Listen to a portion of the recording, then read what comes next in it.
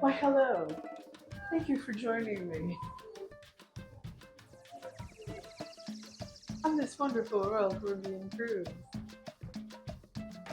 Here we are, trying to be different. We're talking to people, we're making friends, we're having lunch, breakfast in the Windjammer in the dining room. Here we are, about to have lunch because we're being different. And now we've gone to the Star Lounge to listen to a talk about brain health or brain personalities. Obviously, I didn't like that, as you could tell by my expression. It sounded too much like work, team building. And here's a whale. Yes, Alex actually spotted one, and that was the water coming from the blowhole. And then, of course, more music. We went to more shows.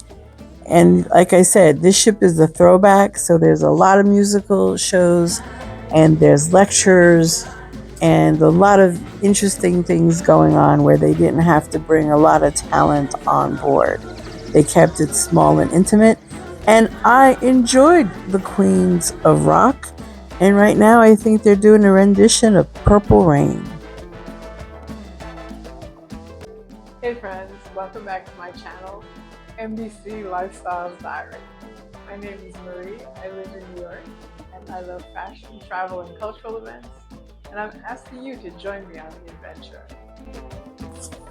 So you saw me in the dining room, and now you're going to see me actually going for my continental breakfast. The one time I was allowed to have it because Mr. Cruz didn't want to pay for breakfast. So here I am in the Windjammer with the crowds that I have shunned in the past. But now I'm a part of the crowd.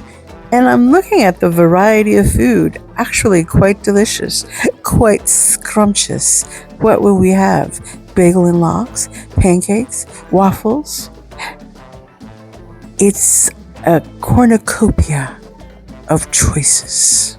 The other thing that happens when you go to the Windjammer is that you meet all your little friends. All the friends that you made on the cruise, they too go to the Windjammer for breakfast. So now it's good morning, bonjour, how are you? As you scramble for seats. As you can see, this really didn't bother me because this was a totally new experience. For all the years of cruising, I have really avoided the Windjammer. But this worked out. This was the perfect ship on which to do it because, as I've said before, the crowds were not tremendous. And then we started timing it better. So on some days, if we woke up early enough, we went to the dining room. On other days, we'd go to the Windjammer. And once in a while, we'd splurge and have room service. And then, of course, came the necessary walk around the ship. Because no matter how little you eat on these cruises, it's more than you eat at home. And suddenly your clothes start to shrink. No, it's not you. It's your clothes that are shrinking from the sea air. Yes, darling. So then in order to counteract that, one must walk through the ship. I was very diligent about walking because that night I was going to Chef's Table. Yes, I love Chef's Table. That's where they give you like a 7-course meal with a pairing of wines, and basically you're stuffed and drunk at the same time. And the food is delicious. And you get to eat and be merry with other people that are just as happy to be there as you are. And our crowd was pretty rowdy. We had a feisty bunch, and it was a good time, and the food was delicious, and the wine pairing was fantastic. So as you could see, we had like a lobster salad, we had sea bass, we had scallops carpaccio, and we ended it with filet mignon. And all while pairing it with these delicious wines. Wow, were we rowdy and telling very bad jokes. And at the end, we had that fabulous dessert called the globe. Is it the globe or the world? But it's something round with chocolate and ice cream in the middle. Wonderful. And of course, we ended it with an espresso martini. What a good time.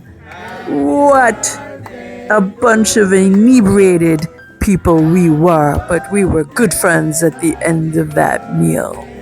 We were such good friends that everybody once again sang Happy Birthday, Marie. After that boisterous night on the town, we woke up the next day to party all over again. And it was only Tuesday. So, of course, we started with breakfast, our morning constitutional, as we prepared for more good times. The ships at sea, babe, there's not much to do. You walk, you talk, you eat, you drink, and then you get dressed for dinner. I want to say it was lobster night because I got dressed and put on big earrings. And yes, that's something the other cruise ships have stopped doing, but not Explorer of the Seas.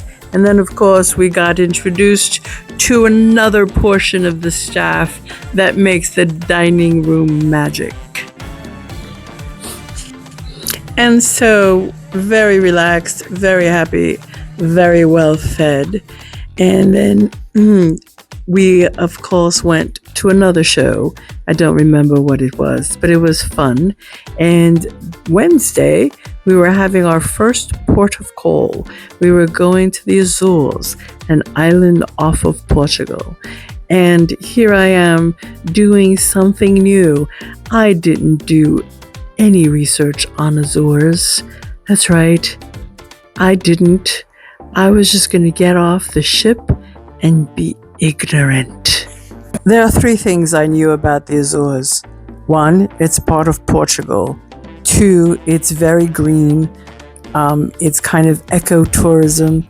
They've got these 2 volcanoes that have filled up and become lakes, and one is green and one is blue, depending on the sky. And the 3rd thing is that my brother Bernard wants to retire there. So I get to the Azores knowing this, armed with this information, and I see how green it is. And I remember, oh yes, and there's this park filled with a wide variety of trees. But unfortunately for us on that day, it was kind of rainy and cloudy. So we didn't have much hope of doing too much of anything. We were just going to go see what's in port.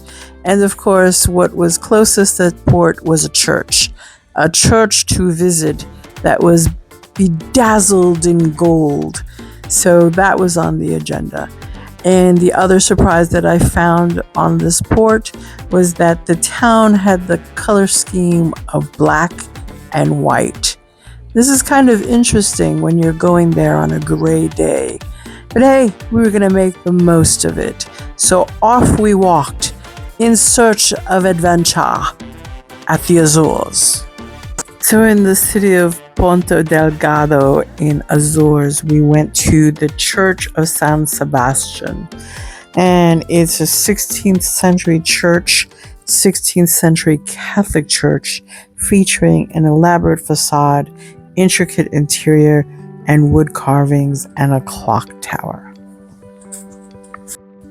So being a good Catholic, I walked in, I said my prayers, because my mom always said, for every new church you walk in, say a prayer, ask for a blessing that's close to your heart, and give a donation. That which we did. It was very moving. It was beautiful. The woodwork, the gold, it was stunning in this simple little town.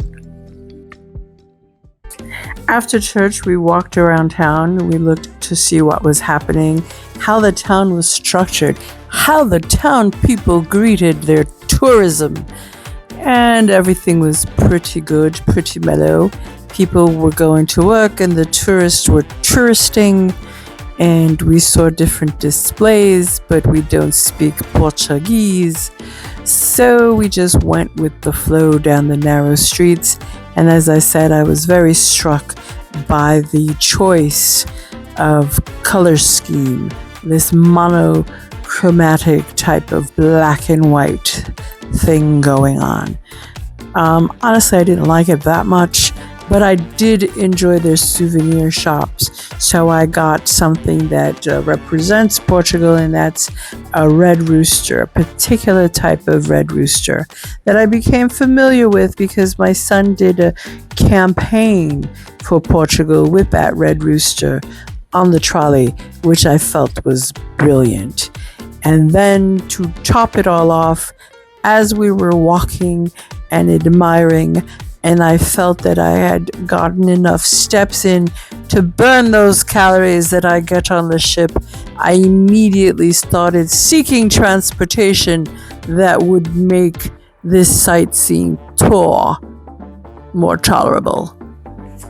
But before I could find the beast of burden that would carry me through Point Delgado, I came upon a square where I rested, and then of course there was another church to visit, another Catholic church.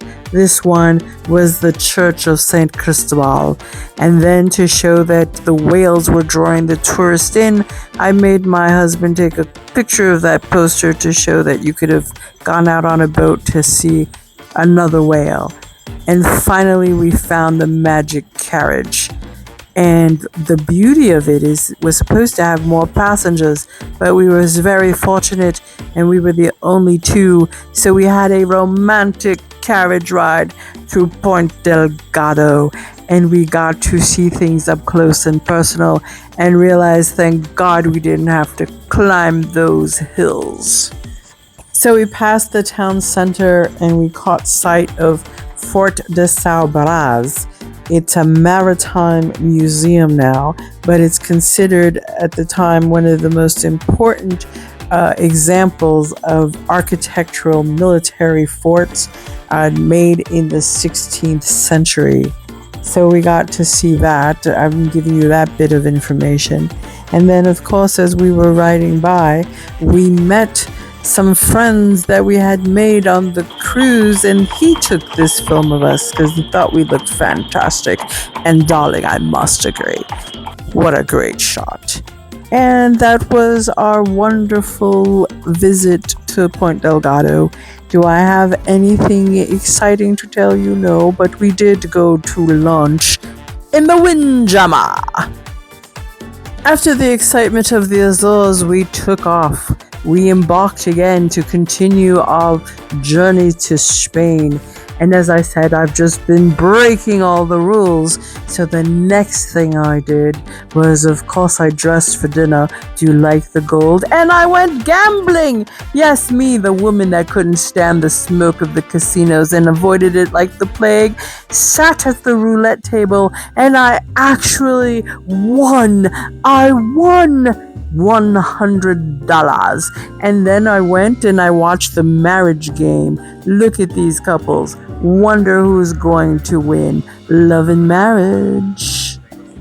Darlings, if you're enjoying this video and my new persona, please give it a thumbs up and remember to like, share, and subscribe.